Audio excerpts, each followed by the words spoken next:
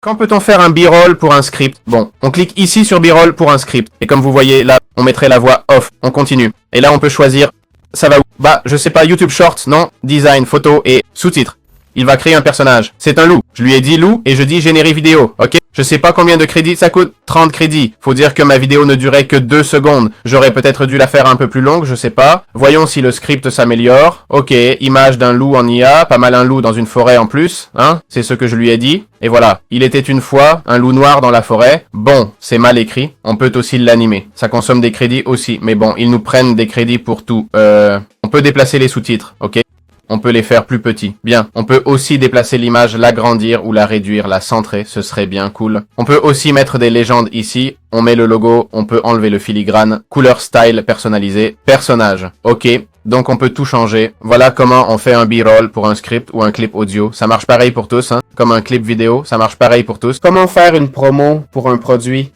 Pour un podcast aussi, on peut le faire avec Hypernatural. Les deux marchent pareil. On va choisir le produit, ok? Et le podcast, vous voyez, ça va nous faire uploader la vidéo, d'accord? Donc, pas grand-chose de plus. On clique sur l'URL du post. On cherche l'URL du produit. Prends celui-ci, ça vous va? Allez, on y va. Générer des idées. Ça va nous coûter 30 crédits, je vous préviens. Et voilà. Ce sont les idées. Optimiser la navigation. Cookies. Bon sang, je vais laisser Amazon et utiliser un blog. Voilà, j'ai pris cette page d'éplucheur de patates. Donc, type d'éplucheur, ok? Ils vont mettre la voix off, c'est-à-dire la narration. Bienvenue dans l'univers des éplucheurs de pommes de terre industriels. Si vous êtes dans la restauration, découvrez les options et tout le tralala.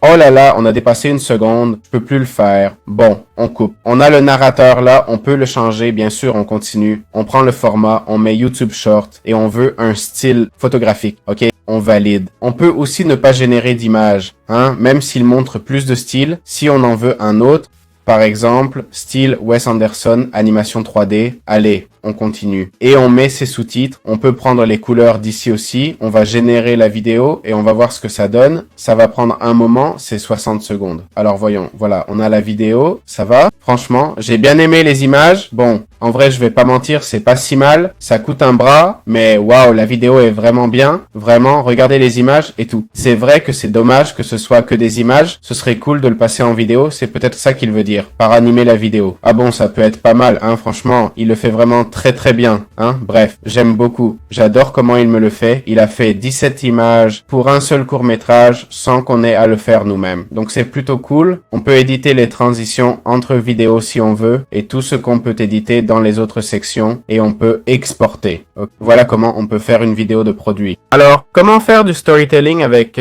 Hypernatural AI? En fait, on va sur Hypernatural AI, on va dans storytelling. On peut commencer par une idée, animer une histoire ou un script. Choisissons une idée. Par exemple, l'idée sera fuir les zombies.